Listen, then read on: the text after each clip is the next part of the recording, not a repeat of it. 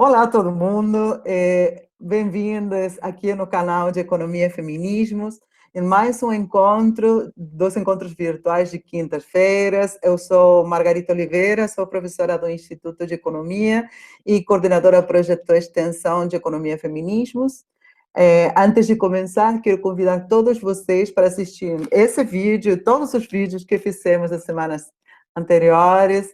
Curtam o canal, nos sigam nas redes sociais de Economia e Feminismo, no Instagram e Facebook, e compartilhem com as amigas, com os amigos, com os colegas, as colegas e famílias.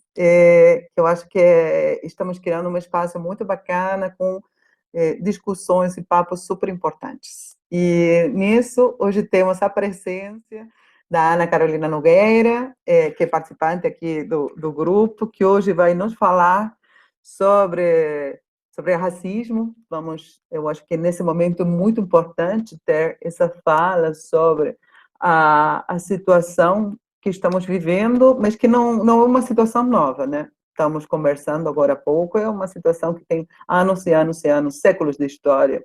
Passo para você a palavra, Ana. Muito, muito obrigada por aceitar esse convite. Eu queria também abrir sobre esse lance, né? Quem eu sou? Eu sou filha e neta de pessoas, né? Então, filha de Nilza Maria da Silva e Ademir Nogueira da Silva. Sou neta de Bertina dos Santos Silva e de José Jorge Ferreira da Silva, que são meus avós maternos. E sou filha de Iraci Nogueira Ana, com Laete Gomes da Silva, que são meus avós paternos. Então, antes de tudo, antes de mais nada, quando eu vim ao mundo, eu sou filha e neta dessas pessoas, e quando eu for embora, eu vou continuar sendo filha e neta dessas pessoas. Para, inclusive, começar um papo sobre o racismo, era esse o ponto, esse gancho que eu achar, que é essa coisa da nossa ancestralidade, da família, né, que foi arrancado da gente. Então, para as pessoas brancas que têm seus brasões familiares, seus nomes e sobrenomes muito complexos, que conseguem desenhar sua árvore genealógica desde lá dos primórdios, de quando seus avós vieram imigrantes aqui para o Brasil, muitos de nós não conseguimos isso. Então, até mesmo saber o nome do meu avô paterno, que é o primeiro grau, eu não tive contato algum com esse meu avô, por outras questões, né, que são entes da nossa sociedade, abandono paternal. Então, meu pai cresceu sem pai e, consequentemente, não é. Veja como é que fica para uma pessoa preta, como se fosse uma coisa hereditária, ter esse tipo de família. Eu também cresci sem meu pai, de pais separados, né? E tenho aí uma de 15 anos da minha vida sem a presença ativa ali do meu pai, do meu lado, acompanhando cada vez que eu falei, na escolinha, festinha de paz, essas coisas, né? Então, a gente, o povo preto, passa também por essas questões em que qualquer outra pessoa pode trabalhar isso na terapia, um abandono aqui, um abandono acolá, e preto isso acaba sendo como é que eu posso dizer a palavra? O que acontece sempre, né? E a gente não pode considerar isso normal. Mas a origem disso foi quando chegaram lá no continente, roubaram, saquearam, estupraram pessoas, escravizaram essas pessoas, misturaram essas pessoas para que elas não pudessem falar a mesma língua, para que não pudessem se juntar, enfim, se organizar, e aí espalharam todo mundo, e as pessoas suas raízes, né? Então, qualquer sem raiz, ela não se sustenta, como diz uma música de equilíbrio. Uma árvore sem raiz não fica de pé. E eles sabiam disso, tanto é por isso fizeram questão de destruir.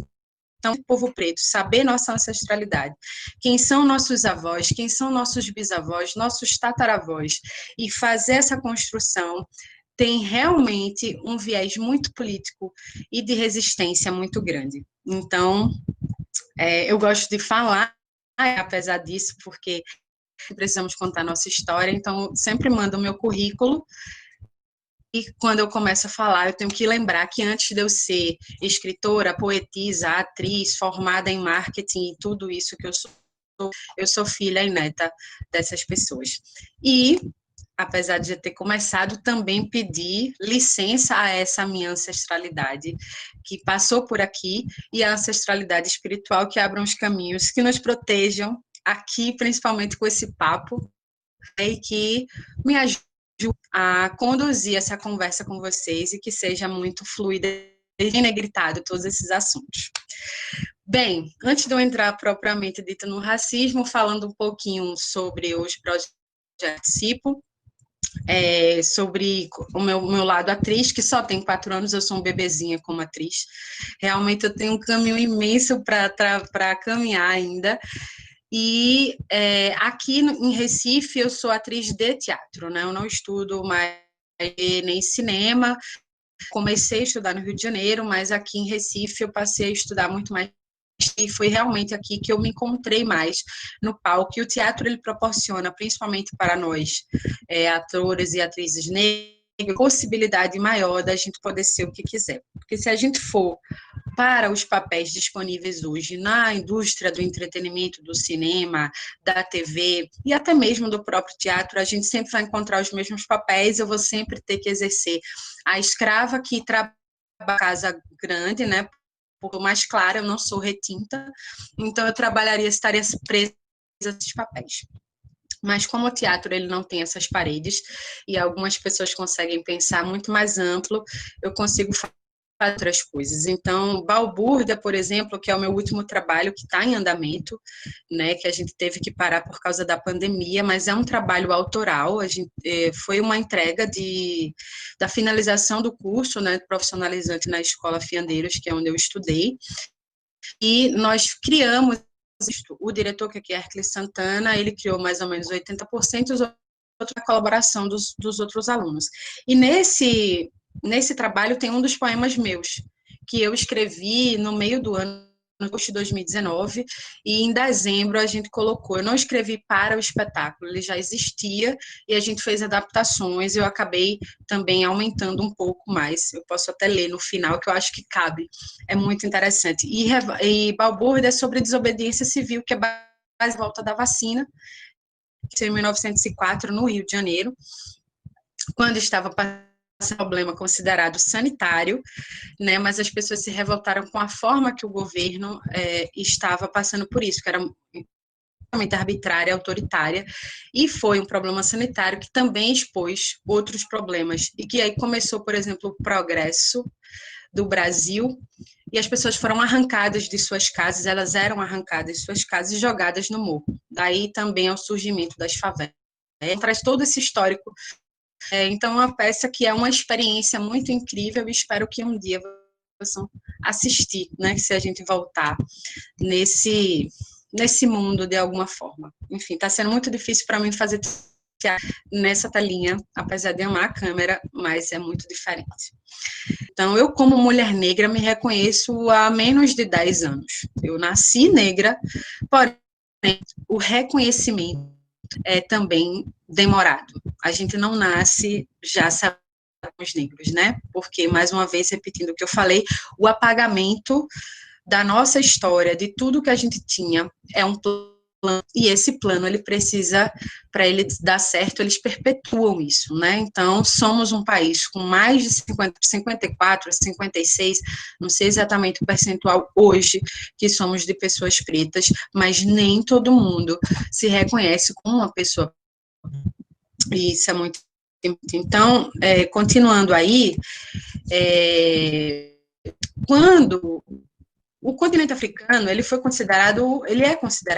ser considerado o berço da humanidade. E isso não é segredo para ninguém, mas eles fazem questão de esconder. Até mesmo a nossa contagem de ano, estamos em 2020. Por que é 2020? Porque é considerado a partir do Cristo, né? O Cristo veio aqui e aí todo mundo passou a contar o ano que o Cristo veio. E essa também é uma problemática que eu vou entrar nesse viés exatamente, mas é só para a gente refletir nessa contagem do tempo. Então, há 45 mil anos antes que já existia vida, já existiam informações dentro do continente africano para ser considerado o berço da humanidade, mas hoje, num consenso que a gente ainda está buscando mudar, é o continente europeu que é considerado esse berço da humanidade. Quando a gente começa a estudar a história, passa pela Grécia Antiga, por Roma, passa por tudo isso enquanto já existia. Então, quando eles chegaram no continente africano, perceberam tudo, tecnologia, engenharia, cultura, espiritualidade, religião, absolutamente tudo, riquezas, muitas riquezas, ouro, petróleo, tudo isso já existia lá no continente africano, né, e os caras chegaram e fizeram aquilo tudo que eu já falei, saquearam, roubaram, mataram, estupraram, sequestraram, espalharam, mataram, enfim, tem muito interessante do MC da Itália, que seria legal vocês ouvirem depois. E tinha um fator principal. O povo preto, os mais velhos, são as nossas enciclopédias, são as pessoas que sabem. Esse formato de academia que, quando o Patrick me chamou, e a Margareta também, eu fiquei nervosa, porque não é meu mundo, mas, ao mesmo tempo, porque se esse é um tema que eu posso falar, é meu lugar de fala, eu tenho um conhecimento sobre isso, e também sempre ouvindo os mais velhos, nunca assumindo uma postura de que o que eu falo é que é fator determinante para todo um povo. Nós temos nossas subjetividades, temos nossas experiências individuais com o mesmo, que devem ser levadas em consideração e nunca sobrepostas sobre o povo inteiro. Então, tudo que eu falar para vocês vai ser realmente a partir das minhas experiências individuais, né, e de outras coisas que eu ouvi, mas a gente precisa sempre abrir esse para todo o povo. Então, continuando, lá no século XV, né, eu vou puxar lá atrás, só para a gente entender de onde veio isso. Lá no século XV foi que iniciaram alguns registros da escravidão. Então, mais ou menos em 1444, e aqui no Brasil foi por volta de 1535 que chegaram os primeiros navios negreiros. Então, em 1500, no descobrimento, os povos indígenas, né, aconteceu tudo isso com os povos indígenas, sequestrados, saqueados, roubados, e viram que aqui tinha muita riqueza, então vamos ampliar, vamos trazer o nosso para cá, e a gente precisa de mais mão de obra, vamos pegar aquela galera lá da África e trazer para cá. E foi por aqui, inclusive, o Pernambuco, né, a capital de Pernambuco, que chegaram os primeiros navios negreiros no Brasil. A gente ainda carrega isso também. Então, pensa assim, mais de 5 milhões de pessoas espalhadas nesse Brasil inteiro. Então, eu queria deixar bem reforçado, bem negritado, uma questão principal. Muito antes do termo raça ser inventado, né, que esse termo foi para nós com base em animais, o racismo já existia. Então, esse é um que a gente precisa só pensar. O termo raça foi inventado bem depois, sei lá, para o século XVII, eu acho. E no século XV, né, já existia essa separação, porque os europeus determinavam que os povos indígenas e os nativos dessas outras regiões das Américas, enfim, eles eram inferiores e superiores. Então, muito ser documentado e ser dito que a raça, né, entre os seres humanos, racismo já existia. E o racismo também foi fundamental para o nascimento e a propagação do capitalismo, que essas pessoas eram tratadas como mercadoria. Então, mais outro ponto, muito antes de Karl Marx falar o termo capitalismo, as pessoas já eram consideradas como mercadoria. Por isso, bate tão forte nessa tecla, porque não tem como você ser antirracista e ser pró. O capitalismo nasceu da venda, considerando que eu sou um objeto e posso ser vendido, né? E não deveria ser assim. O racismo só foi nomeado no século XX, quando a pseudociência, né, da eugenia começou a ser derrubada. Então, e o que é que trouxe para ser falado sobre racismo? Ele começa a ser falado, debatido, discutido, foi nessa era do apartheid e do holocausto. Então, que o holocausto da raça, e foi quando trouxe isso, né, quando aconteceu aquela coisa horrível com os judeus, e o apartheid na África do Sul.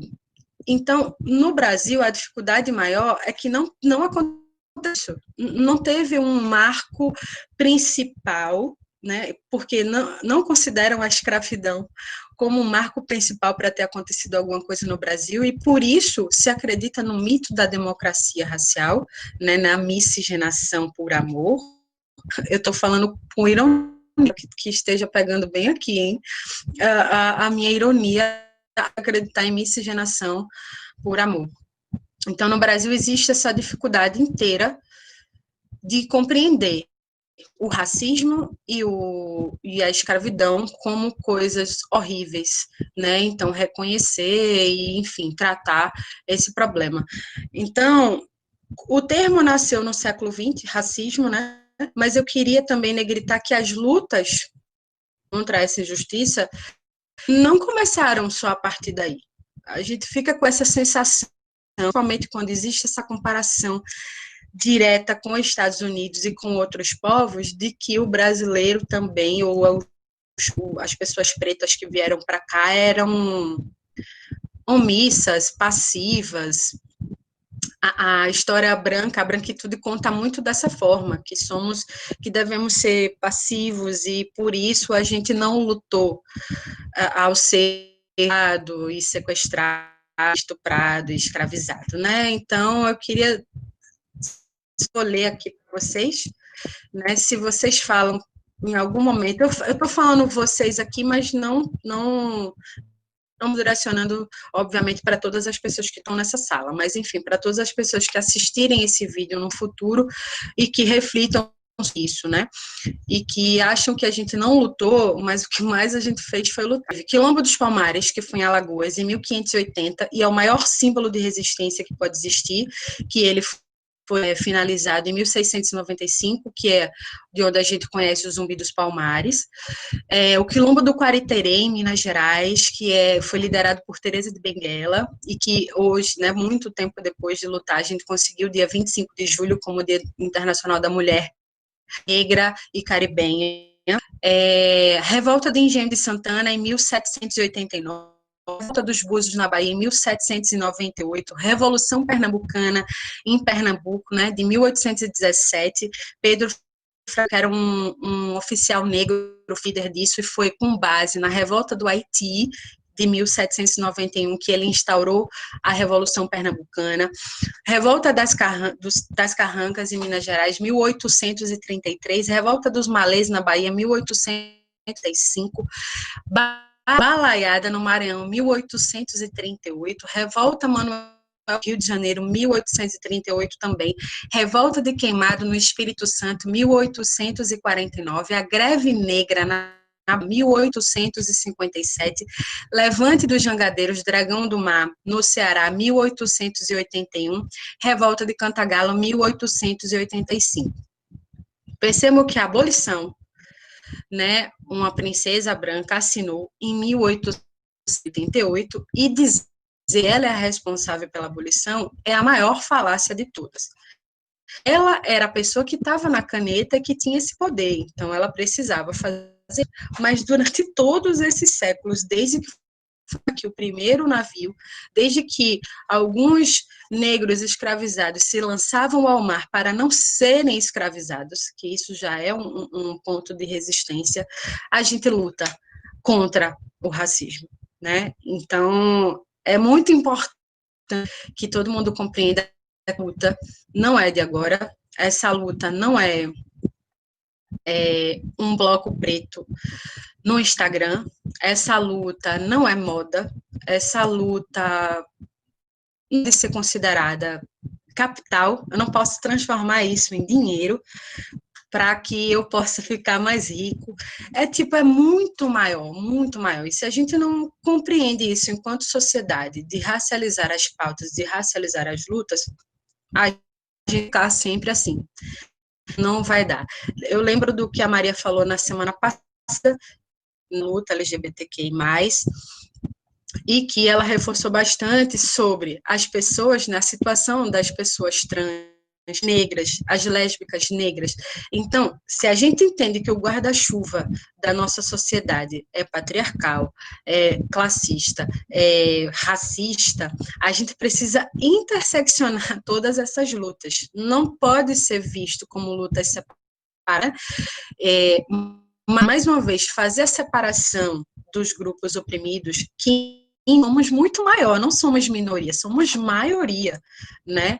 Mas fazer essa separação também faz parte desse plano da hegemonia em se manter no poder e continuar com essa... É uma coisa tão óbvia, que às vezes eu fico pensando, meu Deus, eu vou falar o óbvio para as pessoas, sabe? Eu fico pensando muito nisso. Então, eu queria ler para vocês uma poesia minha, considerando o zumbi, e nesse aspecto de todas essas lutas que eu falei, todos os nossos líderes foram mortos, né? Mas esses avanços foram para que a gente conseguisse, no final, a Lei Áurea, né? Não foi a princesa de nós. Então, eu queria ler um poema meu, que eu fiz...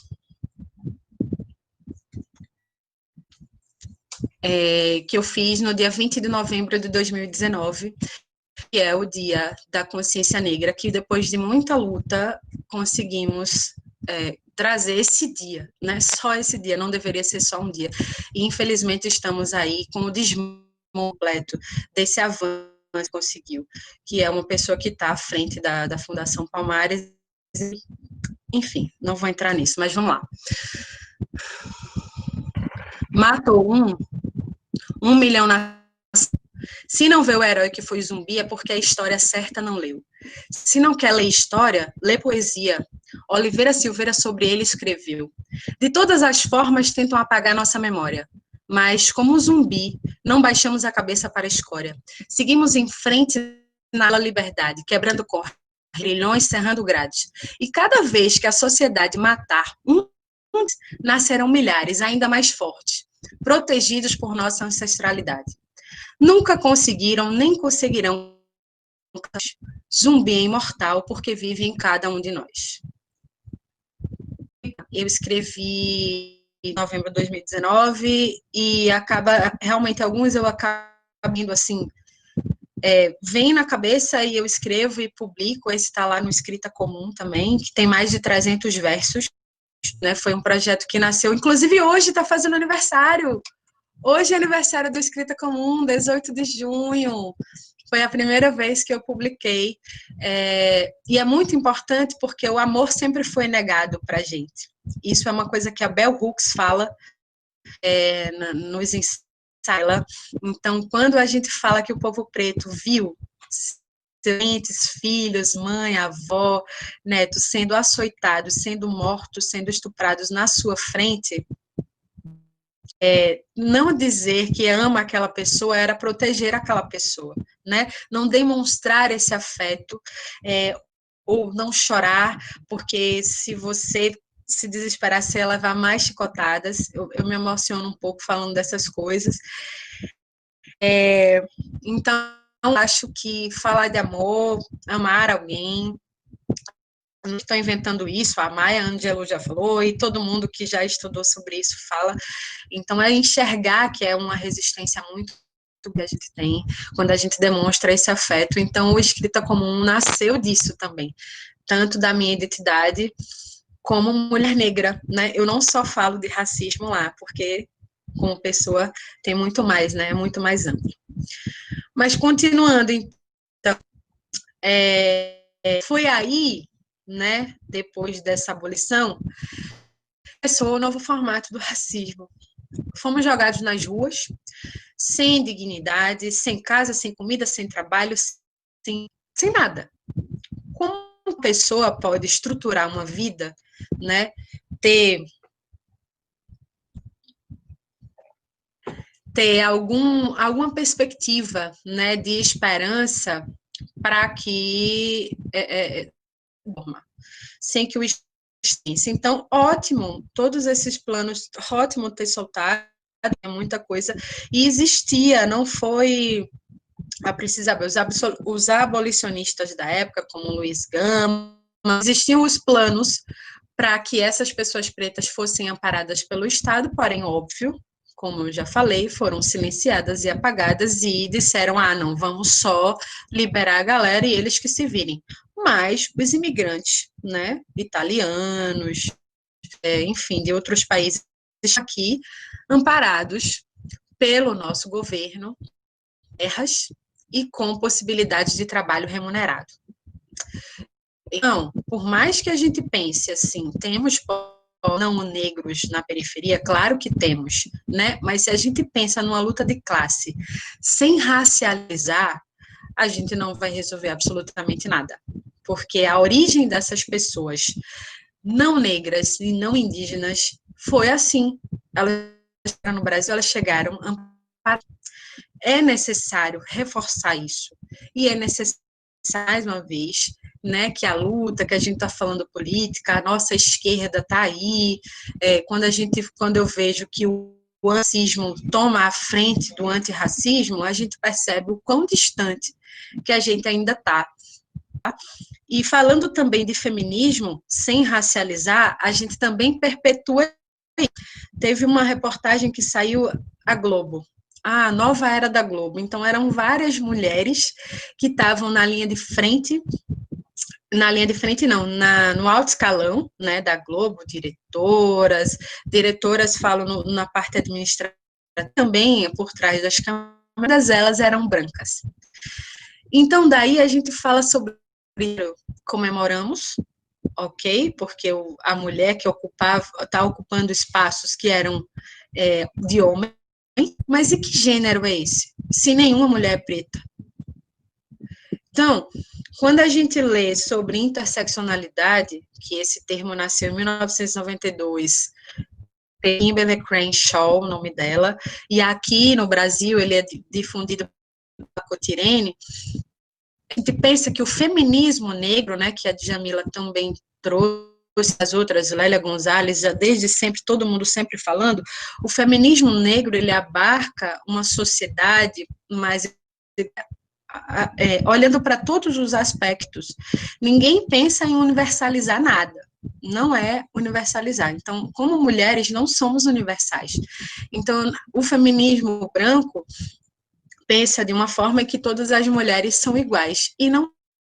Quando a gente olha hoje que é 2 horas, né, uma mulher apanha em casa, 56% dessas mulheres são negras. A cada 23 minutos, uma pessoa preta morre. E a gente naturaliza isso. Eu estou aqui conversando com você, daqui a 23 minutos ninguém morreu. Essa semana teve o menino Guilherme, onde teve, lá em São Paulo, queimaram os ônibus em protesto, mas aqui é chamado de vandalismo nos Estados Unidos, é um movimento válido. Então, tem muita coisa que a gente precisa abrir os olhos, negritar o pensamento, descolonizar o pensamento, para que a gente consiga avançar nessas lutas, né? Então, eu vou dizer para vocês uma coisa, quando os negros, voltando um pouquinho, se ficar confuso, vocês me falem, viu, minha gente? Porque eu acabo indo e voltando na parada, assim, no raciocínio. Então, quando os negros foram e o povo se virar, que nasceu esse novo racismo, em 1920, mais ou menos, aqui foi difundido a eugenia. Então, assim, entrou em tudo, em todos os aspectos. Tinha literatura, Monteiro Lobato é um nome fortíssimo para a gente trazer e que a gente estuda ainda ele na escola. Agora, esse ano, 2020, era que estava uma pauta para que ele pudesse ser retirado. Veja bem, se você quer ler, é uma opção sua. Porém, é necessário que você leia, sabe quem ele era e o que ele escrevia. Então, colocar o Sítio Pica-Pau Amarelo, que também foi muito difundido na TV, que a TV também é um instrumento que aumenta e faz com que isso permaneça, com que o racismo permaneça, ficou em nossos subconscientes. A Emília falando termos racistas, né? A dona Benta, que é a sinhazinha, não é branca, e a avó, a outra que é que fica sempre na cozinha, né? Então, são esses aspectos que a gente precisa raciocinar. Então, ele levantava a bandeira sem, como é que eu posso dizer? Sem nenhum pudor. Eu sou eugenista, a Sociedade Eugênica de São Paulo, né, tiveram vários termos, inclusive isso participou da nossa Constituição de 1934. Olha só, vamos fazer uma sociedade e em anos o Brasil será... E aí é onde vem o mito da democracia e da miscigenação por amor. Porque a ideia era misturar, por isso que trouxeram essa galera lá de fora, os brancos, vamos misturar aqui porque embranquecer esse povo. Em 100 anos todo mundo vai ser branco. Se uma mulher negra, eu estupro, gente, era muito comum. Eu não sei se comum é o melhor termo, mas o senhor de engenho, estuprar a preta que trabalhava na casa, sempre eram as pretas mais claras, tinham os corpos mais bonitos, eram estupradas, filhos, né, bastardos, e esses filhos eram mais claros. E aí, consequentemente, os mestiços tinham filhos em outras pessoas, e aí a gente vê a cadeia que isso vai virando. Então, quando a gente fala de um homem negro casar-se, mais uma vez voltando ao amor, que a Bell Hooks fala, um homem negro casar-se com uma mulher branca, pode existir amor? Para, eu não sou ninguém para definir isso, entre duas pessoas pode existir, mas é necessário que a gente pense qual é o nosso subconsciente nas nossas escolhas amorosas também, porque numa sociedade, quando é que eu vou ser mais aceito? Se eu for mais claro, se eu tiver convivência com as pessoas brancas que são consideradas os padrões da sociedade. Então, se eu sou homem, já tenho um pouco de vantagem porque eu sou homem numa sociedade patriarcal. Eu me caso com uma mulher branca, então vou ter acesso a esses brancos, com essa permissiva, né, com ela do meu lado. E os meus serão mais claros e, consequentemente, os filhos dos meus filhos e sucessivamente. E com isso, a mulher negra vai ficando cada vez mais da pirâmide, sendo preterida em todas as frentes, né? Então, quando a gente pensa numa mulher trans, negra, aonde ela está nessa cadeia toda? Sabe, são esses aspectos que a gente precisa raciocinar. Então, hoje existe o termo, palmitagem, não sei o quê, é mesmo a mulher preta se relacionando com um homem branco, mesmo que é palmitagem, entendendo esse contexto que a mulher é preterida e esquecida, que a mulher não escolhe dentro da sociedade patriarcal, é o homem quem escolhe a sua parceira, então quer dizer que a mulher preta não pode amar um homem branco. Então fica várias coisas para a gente poder raciocinar e que a gente só consegue pensar melhor se a gente entender o contexto que o Brasil nasceu. Tem uma página que eu sigo e que é bom deixar aqui gravado mesmo, que a galera vai seguir, que é o Pretitudes, e eles fizeram um organograma. Eles fizeram esse organograma, achei muito aqui o arrobazinho, @pretitudes, e compreendendo o racismo, né? Então tem a branquitude é a responsável mesmo sim, essa criação. Então, essa historinha que eu contei lá no início, os europeus chegando no continente africano e invadindo também outros continentes, as Américas. Aqui na América do Sul éramos considerados também aborígenes, né? Então, os povos indígenas também já estavam aqui, suas vidas, com sua forma de viver. Ninguém pode chegar e determinar que tem daquele jeito, né? Então, a branquitude é a responsável pela criação do racismo, sim, é necessário que a gente entenda isso. E aí, com isso, racismo estrutural, que abarca várias frentes, a política, direito, economia, né, que eu acabei dando vários exemplos aqui, quando eu penso na política, que a gente pensa em políticas públicas, e que, a gente está falando de cotas, que não tem muito tempo que as cotas, a gente ainda tem muito para se vencer do racismo estrutural. Quando eu falo que a eugenia na Constituição de 1934 e permaneceu por muito tempo, foi só porque quando a era Hitler caiu, isso deixou de ser. Então a galera botou o seu racismo embaixo do tapete, mas continuou fazendo de maneira através da política, por exemplo, criando leis e criando formas para que a gente não acesse. A lei da vadiagem é um exemplo claro disso. 1942 foi ontem, né? Não tem nem 100 anos, a lei da vadiagem aprovada que os considerados vagabundos. Então, chamar preto de preguiçoso, vagabundo, que tem cara de ladrão, vem, minha gente, vem daí. Então, como se tu não deu casa, não deu comida, não deu trabalho, não deu dinheiro, o que que essa pessoa vai fazer? Ela vai morar na rua.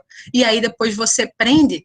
Então, a Angela Davis fala, a Juliana Borges fala do encarceramento, é também uma importante lei que a gente compreenda até mesmo a nossa população carcerária no Brasil.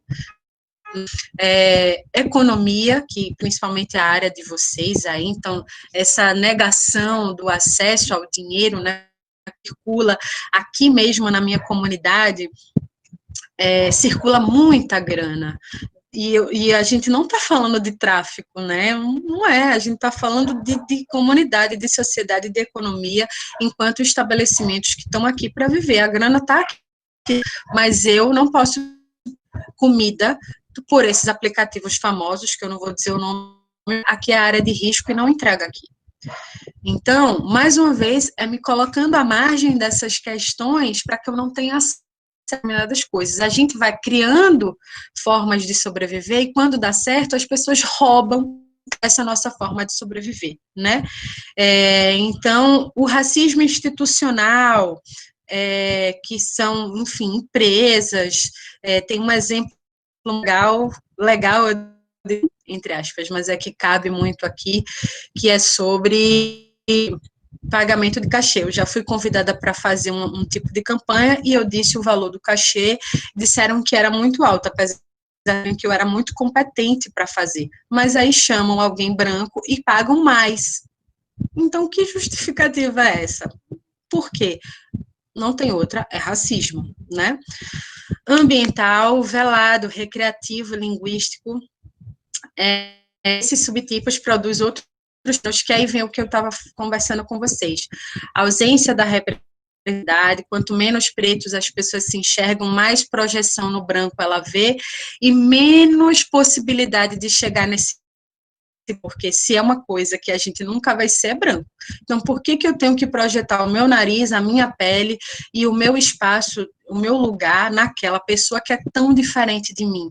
Então, isso cria no meu psicológico uma prisão. Eu fico completamente aquilo e sempre buscando coisa inalcançável. E isso faz parte também do plano. Solidão, tanto da mulher quanto do homem, mas numa sociedade, né, misógina, a da mulher negra é muito maior. Desemprego, necropolítica, que a gente está vendo aí exemplo claro da negação do auxílio emergencial. Então, deixar o povo morrer de fome ou matar a si próprio também é lavar as mãos e deixar que as pessoas façam por si mesmas, né? Então, na própria comunidade, a gente acaba brigando entre si, pô, você não usou a máscara, não está fazendo quarentena, e o cara diz, mas eu preciso vender água, preciso de pipoca, como é que eu vou comer? Então, muito grande, muito raiz esse racismo. Eles fizeram com base no livro do Silvio Almeida, Racismo Estrutural, que também faz da coleção da Djamila, Feminismos Plurais. Essa coleção está com 8 livros. Então, tem lugar de fala, interseccionalidade, massa, empoderamento, que é da Joyce Bert, racismo estrutural, racismo institucional, racismo recreativo, né? E o outro ícone é a apropriação cultural. Então, é um pacote que, se todo mundo que considera muito importante, principalmente no campo da academia, eu, sinceramente, esse pacote de livros como o necessário, o seu pontapé inicial para poder estudar sobre isso. E o mais importante é compreender que lugar de fala todo mundo tem. A negritude tem, a branquitude tem. Mas é justamente saber qual é o seu, né? Não existe protagonismo branco na luta contra o racismo. O protagonismo do branco racismo é a criação dele e acabar com as estruturas, porque o privilégio está na branquitude. Então, se mantém, se você fica com o intuito só de dar cesta ou dar um emprego para uma pessoa preta na sua empresa, você acha que está acabando com o racismo? Sinto lhe informar, não está. Você precisa lutar por coisas muito maiores. Empresas gigantescas e multinacionais estão presentes aqui no Brasil, o dinheiro aqui dentro, que tem as suas políticas públicas, precisam brigar lá dentro por eles. Não é só ter a diversidade na sua equipe que vai fazer essa empresa ser antirracista. Está sentada na cadeira da Secretaria da Economia, com a presidência, e ela não trata desse aspecto, ela continua sendo racista. Ela só é antirracista na rede social para ganhar likes, e isso para mim não me assim como esses movimentos antirracistas na internet, né? É muito mais. Então, é uma luta constante, como a própria Angela Davis já disse, liberdade é uma luta constante. Ser antirracista é ser, ou seja, em sua existência inteira você precisa ser. Então, quando você desperta, realmente, você não tem mais um segundo de paz. Você percebe que o racismo não te dá paz por nenhum segundo. Falei para a Margarita, né, numa conversa que eu tive antes de hoje, entrou uma pessoa, com tarde, um garoto negro, tentando, numa reunião de decente, só tinha 10 pessoas na sala, tentando derrubar a conversa, tentando desestabilizar a conversa. A gente realmente não tem um segundo de paz. Então, a minha existência já é uma resistência. E aí eu queria até também declamar um poema meu também, que eu tenho trabalhado nele e tal, e que vai às frentes, que ele se chama Resisto enquanto existo. Mesmo quando não uso palavras, o meu corpo fala em resistência. Sou uma mulher negra com raiva e com riso, que, apesar de tudo, não anda com a cabeça voltada para o piso, que não fala a língua da subserviência. Existo. Posso passar, mas não vão me parar. Não morro, não desisto. Escrever é um ato político, falar é um ato político, existir é um ato político, andar de turbante, rua, sabe? E o motivo disso, eu faço oficinas com algumas meninas e tento explicar que isso não é um acessório de moda, ele tem uma história, traz uma representatividade, e que quando a gente usa com esse ouro dentro da gente, que é uma coroa, não tem ninguém que vai derrubar. Quando eu comecei a usar, eu escutei uma coisa, né? Mas o negócio é esse, é que a gente não para, a gente continua. E aí eles não suportam, né? Eles suportam que a gente continue, que a gente sorria, porque como assim? Eu estou destruindo a vida toda deles e eles ainda estão sambando, ainda estão criando samba, que é nosso, a capoeira é nossa, o samba é nosso, a feijoada é nossa. Veio absolutamente da gente. E esse país precisa reconhecer origem, né? Precisa saber que foi construído com nosso sangue, nosso suor, e está em cima de nossas costas, que realmente, se souber que está em cima das nossas costas, a gente se levantar, destrói tudo. Meu sonho é esse. Eu tenho um sonho. Que a gente destrua absolutamente tudo e reconstrua uma sociedade. Com isso, com a base dessa filosofia, a base da filosofia africana, é que a gente, se eu sou, é porque nós somos, né?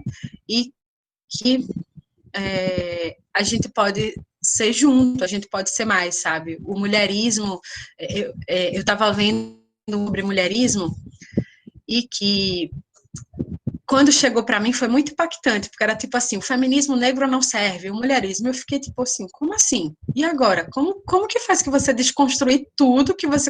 Peraí, Angela Davis, Sueli Carneiro, Lélia Gonzalez, tá falando besteira? Não é bem assim. A questão é que o mulherismo traz uma emancipação de um povo, a partir desse reconhecimento mesmo do seu indivíduo, você como pessoa, e dessa convivência social. Então, eu na periferia, na hora que meu tio faz um bolo e entrega o bolo para a vizinha, o pedaço de bolo, isso vem lá da nossa ancestralidade africana de comunidade, é daí que vem, sabe? Então, e respeitando a nossa individualidade também. Então, eu vejo o feminino negro hoje como as nossas, para conseguir viver aqui, porque eu estou no mundo, como é que eu vou ficar? Eu não vou adoecer. Esse não é um gostinho que eu também vou dar para eles. Eu não vou adoecer nem enlouquecer. Vou aqui linda, lendo meus versos e meus poemas. Portanto, o feminismo negro é a minha âncora e o mulherismo é o meu objetivo final, que é a nossa emancipação. E eu acho que é isso. Acho que eu falei muito. Muito obrigada, Ana. Muito, muito, muito obrigada. Eu acho que é importante, e é importante, sobretudo, trazer essas reflexões, esses pensamentos, essas histórias de vida, histórias de luta, a esse âmbito também. E eu queria, sei lá, para encerrar a gravação aí, ler só mais uma minha, para poder a gente ficar pensando também. Essa eu escrevi em 28 de fevereiro de 2019, né? Já tem mais de um ano. Vidas negras importam. Acorda cedo, o dia nem clareou, mas tem que buscar o sustento, não te facilitou.